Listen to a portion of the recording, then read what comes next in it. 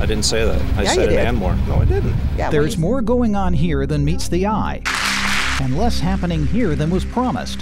How the two are related on the UpTake Investigates. This is a story about transparency and accessibility, two very important things in our political system.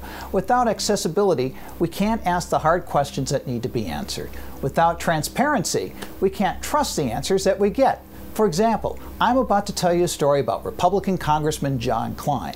Now, if I didn't tell you that I was a supporter and sometimes volunteer for his Democratic opponent, Steve Sarvey, that would not be transparent. Transparency was at the heart of Kline's opening salvo against his Democratic opponent last election cycle.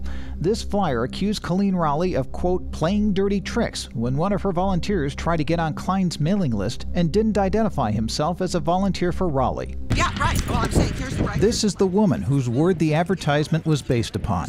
Diana Bratley was staffing the Kline campaign office when the volunteer, David Bailey, asked to be on the list. She wrote that Bailey used, quote, false pretenses and deception to misrepresent himself. Fast forward to this election cycle, Kline's new opponent, Democrat Steve Sarvey, holds a news conference about how high gas prices are forcing a local gravel pit operator to lay off people. Bratley was there and didn't reveal her history with the Kline campaign before she went in front of the TV cameras and started arguing with Sarvey about oil drilling in Alaska. I just don't think we should be drilling it. So you don't want to drill, you don't want any oil exploration whatsoever anywhere.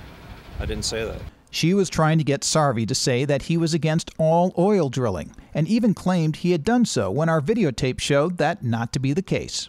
Gosh, I stood right there and I watched him say no. And I said, nowhere? You wouldn't drill anywhere? And he said no. No, he said he wouldn't drill in Alaska. So you don't want to drill, you don't want any oil exploration whatsoever anywhere. I didn't say that. I Yeah, said you it did. and more. No, I didn't. Yeah, well, you said. So is this just a case of somebody in the heat of the moment forgetting to reveal that they work for the other campaign? Or was it a planned ambush? I say working for, because while Diana Bratley did reveal to Steve Sarvey that she is a Republican, a longtime Republican, what she didn't reveal is that she's also a longtime Kline volunteer.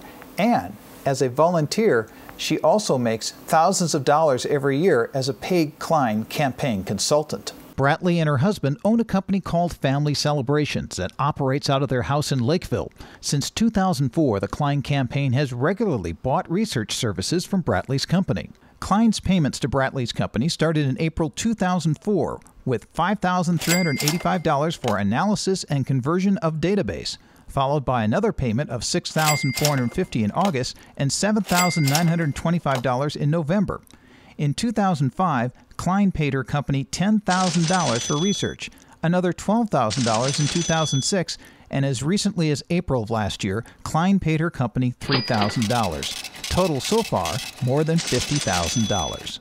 Ironically, Bratley once wrote a letter to the editor accusing Democratic letter writers of being on the candidate's payroll.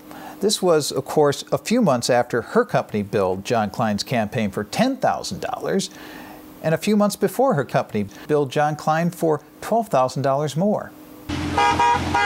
Bratley was being paid by Kline when she was involved with other activities designed to disrupt Kline's opponent's campaign. She was with John Kline's district manager, Mike Oskop, when he attempted to disrupt a campaign rally by yelling racial slurs at cars as they pulled into a parking lot. Damn car! Fair enough! Damn car! Your buddies are supporting all these Jap and German cars! Mike Oskop later apologized for his remarks. Kline's opponent, Steve Sarvey, has been giving people such as Bratley plenty of opportunities to ask him questions, holding more than a dozen pre-announced question and answer events in the first week of the campaign alone. However, John Kline has been reluctant to do so in an uncontrolled situation. We have identified some serious problems. This is Kline at his last open, face-to-face meeting with constituents. He did it only after hundreds of people signed a petition requesting it. You can see why he might be hesitant to do another. The topic was making college tuition more affordable. And so I'm looking for solutions. If you've got one, I'd love to hear about it. Would you like to give my solutions? Yes. Okay, well, maybe we could roll back the tax cuts on very wealthy society.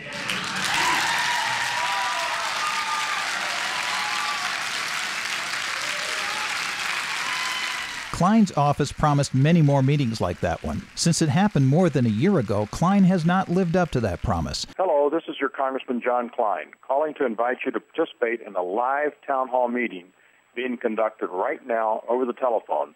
Instead, holding teletown hall meetings where residents are randomly chosen to listen to Kline answer questions on a phone call. I'm sorry that I was unable to reach you. Constituents are given no prior notice that Kline is calling, so there is little time to prepare any questions. So why doesn't John Kline have more press conferences and answer questions like his opponent Steve Sarvey does?